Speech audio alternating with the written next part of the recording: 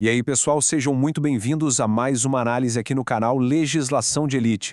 Hoje vamos direto ao ponto no nosso foco principal. Lei Maria da Penha, Lei número 11.340 de 2006, parte 6.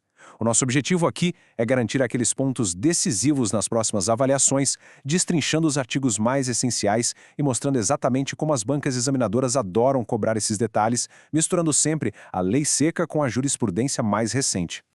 Então, para a gente se organizar, olha só o nosso roteiro de hoje. 1. Base e conceitos fundamentais. 2. Competência civil e criminal. 3. Fluxos e prazos práticos.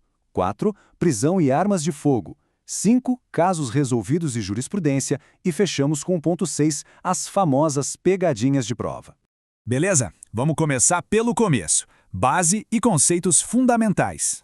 Sabe aquele termo em latim que é presença garantida em prova de concurso? Inaudita altera pars? Pois é, ele está lá firme e forte no artigo 19, parágrafo 1º da lei. Basicamente, o que isso significa na prática? Significa que o juiz pode e deve conceder medidas protetivas de urgência sem precisar ouvir o agressor antes. Nem mesmo o Ministério Público precisa se manifestar antes. A lógica aqui é muito simples. A vida e a integridade da vítima estão em perigo agora. Então não dá para ficar esperando toda aquela burocracia de citação. O Estado precisa emitir ordens de proteção imediatas. Se a questão da prova disser que o agressor precisa ser intimado antes da medida de urgência, foge que é a armadilha. E isso nos leva direto a outro conceito importantíssimo, o contraditório diferido ou postergado. Ah, mas e o direito de defesa? Alguém pode perguntar. Calma, a Lei Maria da Penha não acaba com o contraditório, ela apenas joga ele um pouquinho para frente. Primeiro a gente protege a mulher. Garante que ela está segura e que as medidas estão ativas. Só depois de tudo isso resolvido é que o agressor vai ser ouvido. É uma sacada genial do direito processual para equilibrar a urgência extrema de salvar uma vida com as garantias inegociáveis do devido processo legal. Avançando, vamos falar de competências, civil e criminal. Aqui mora uma dicotomia que simplesmente despenca em questões de múltipla escolha, então prestem muita atenção. De um lado, a gente tem a competência criminal, lá no artigo 13, que segue estritamente o Código de Processo Penal. Aqui, não tem essa de escolher foro, a regra processual penal clássica predomina e ponto final. Mas, do outro lado, o artigo 15 traz uma baita inovação para a competência civil conexa. Ele dá um verdadeiro superpoder para a vítima. O direito de escolher onde vai ajuizar a ação. Ela pode escolher o seu próprio domicílio, o local onde o fato aconteceu, ou até mesmo o domicílio do agressor. Mas, anotem aí. Essa escolha de foro é exclusiva para os assuntos cíveis, nunca, jamais para os criminais, fechado? Ainda sobre competência, olha que detalhe interessante do artigo 14A sobre o juizado de violência doméstica. As bancas amam testar isso. A ofendida pode propor ação de divórcio ou dissolução de união estável direto nesse juizado? Pode. Com certeza, isso garante uma baita economia processual. Mas, e a partilha de bens? De jeito nenhum. A regra exclui a partilha de bens de forma categórica e intencional. E faz todo sentido, pensa bem. Discutir patrimônio, inventário, quem fica com o quê, isso demora demais, é super burocrático. O juizado precisa ser rápido, focado em proteger. Permitir a partilha de bens ali no meio ia travar o processo inteiro. Então, divórcio sim, partilha de bens não. Agora, vamos mapear a linha do tempo. Seção 3, fluxos e prazos práticos. Dominar prazo em concurso é questão de sobrevivência. E aqui o fluxo é o seguinte: a polícia recebe o pedido da ofendida e tem exatas 48 horas para remeter isso para o juiz, conforme o artigo 12, inciso 3. Chegou no juiz, o relógio zera e o magistrado também tem o prazo cravado de 48 horas para decidir, segundo o artigo 18. Resolvido isso, ele encaminha a vítima para a Defensoria Pública e avisa o Ministério Público. O que o examinador quer saber é se você tem essa janela mental muito bem definida. 48 horas para a polícia agir, seguidas imediatamente por 48 horas para o magistrado decidir. Simples e direto. Mas atenção, porque toda regra tem sua exceção de ouro, e a banca sabe disso.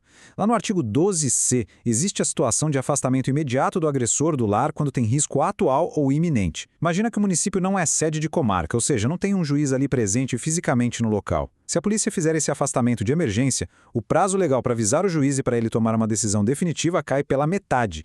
Isso mesmo, o juiz precisa ser comunicado e decidir em apenas 24 horas. É uma mudança logística e de prazo muito sensível, um prato cheio para a pegadinha de prova. Vamos seguir para o nosso quarto ponto: prisão e armas de fogo. Em cenários de altíssimo risco envolvendo armas, a gente precisa separar as coisas tecnicamente para não confundir na hora da avaliação.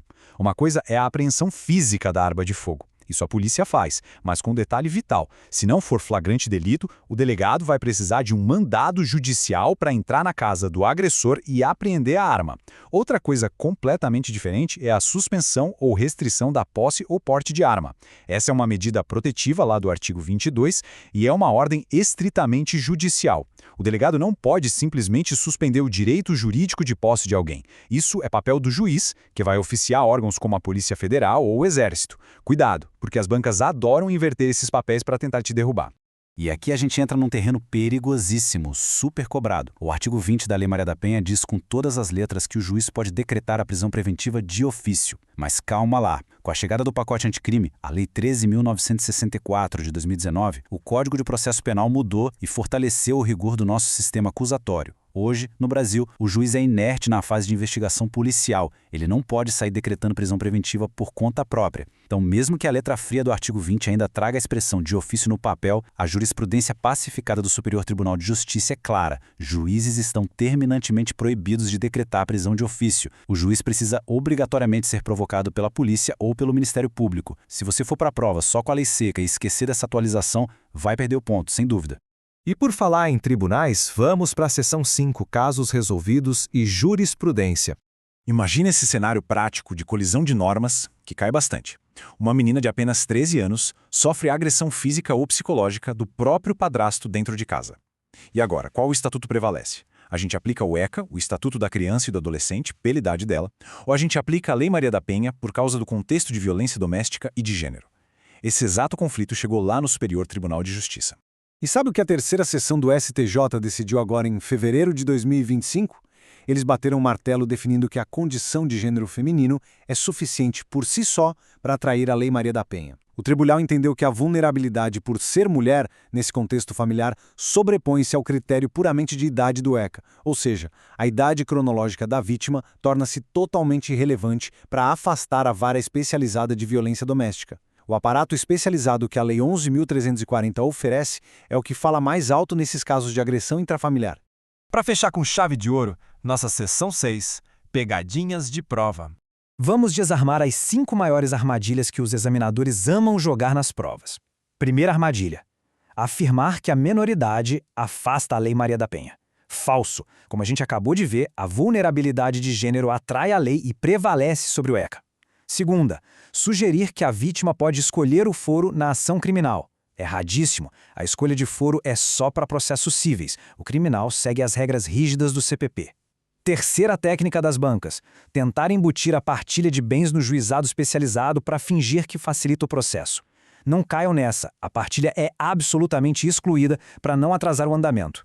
Quarta armadilha: citar o artigo 20 para validar prisão preventiva de ofício pelo juiz. Esquece. O sistema acusatório moderno e o STJ proíbem isso totalmente. Tem que haver requerimento. E a quinta pegadinha: fazer vocês acreditarem que a prisão preventiva na Maria da Penha exige como pré-requisito um crime com pena máxima superior a 4 anos. Mentira! A prisão preventiva aqui é uma hipótese autônoma do Código de Processo Penal, criada exatamente para garantir as medidas protetivas de urgência, independentemente do tempo de pena. Então, para finalizar essa nossa análise intensa de hoje, fica aquela reflexão provocativa. Será que vale a pena arriscar a aprovação estudando de forma cega aquele texto arcaico da Lei Seca? Em temas como a prisão de ofício, ignorar a jurisprudência moderna do Superior Tribunal de Justiça resulta em erro na certa na hora da prova. A preparação de alto nível exige que a gente tenha essa visão atualizada e sistêmica. É mergulhar a fundo nos prazos, entender a exclusão da partilha de bens, saber onde as leis entram em conflito e como os tribunais resolvem. É exatamente esse domínio que separa uma preparação mediana daquela que realmente garante a vaga no concurso público. Continuem focados, muito obrigado pela companhia e até a próxima análise.